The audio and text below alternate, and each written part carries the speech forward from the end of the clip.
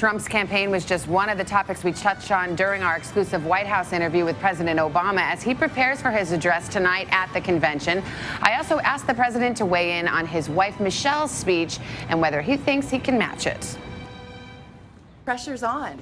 You know what? I'm not going to hit that bar. So let me concede top speech making already to my wife, but I couldn't have been prouder of her. The way she was able to remind all of us that where this really counts is the kind of message we're sending our kids about who we are and where we want to take this country. When someone is cruel or acts like a bully, you don't stoop to their level.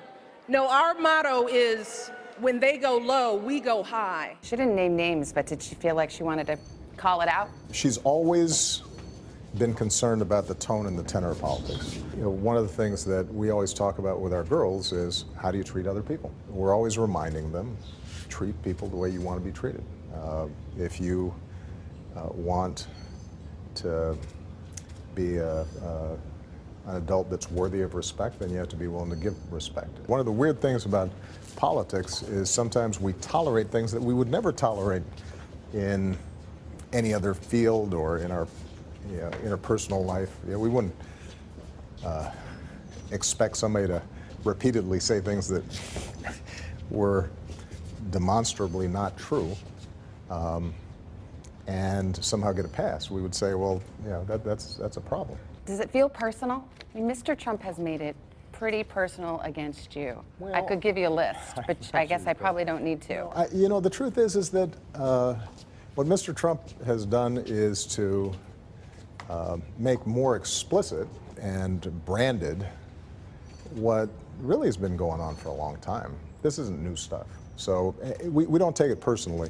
What we do think that it makes it difficult to run the country. Not just for me, but for Republican leaders. If you think about the fact that the Republicans right now control both the House and the Senate, and yet they can't even pass their own agenda. Part of the reason is that if you are telling your base, if you're telling your voters that the other side is not just wrong, but bad and unpatriotic and different and are undermining America, well, then what they're going to say to you is, you can't work with them. You can't compromise. I disagreed with John McCain on issues or Mitt Romney on issues, but there wasn't a sense that we couldn't find common ground on certain things. I think Paul Ryan and before him John Boehner are patriotic Americans who care about a lot of the same things I do. Is Donald Trump in a different category? My sense is only he could tell you what's in his heart and on his mind. I think that he is somebody who likes attention, maybe surprised himself that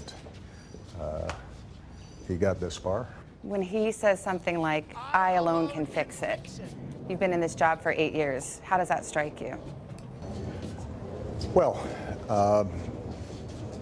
that's not how our founders designed our system. We're not a government where some strongman orders people around and banishes enemies. Do you see shades of that with him?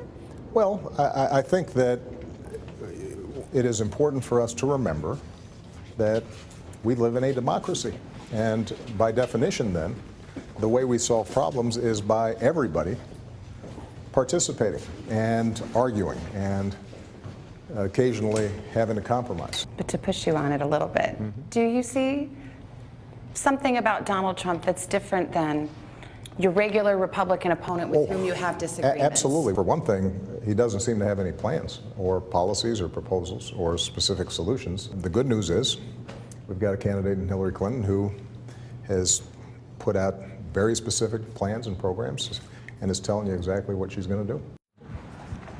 You know, I'm listening to your conversation. Remember, we were at the White House about 6 months ago, and when you talked to President Obama then about the possibility of a Trump presidency, he almost just dismissed it. He did to you. He said, can you imagine on next year's State of the Union seeing President Trump? And he said, I can imagine it in an SNL skit. Right. Talk to me if he wins. He's more subtle.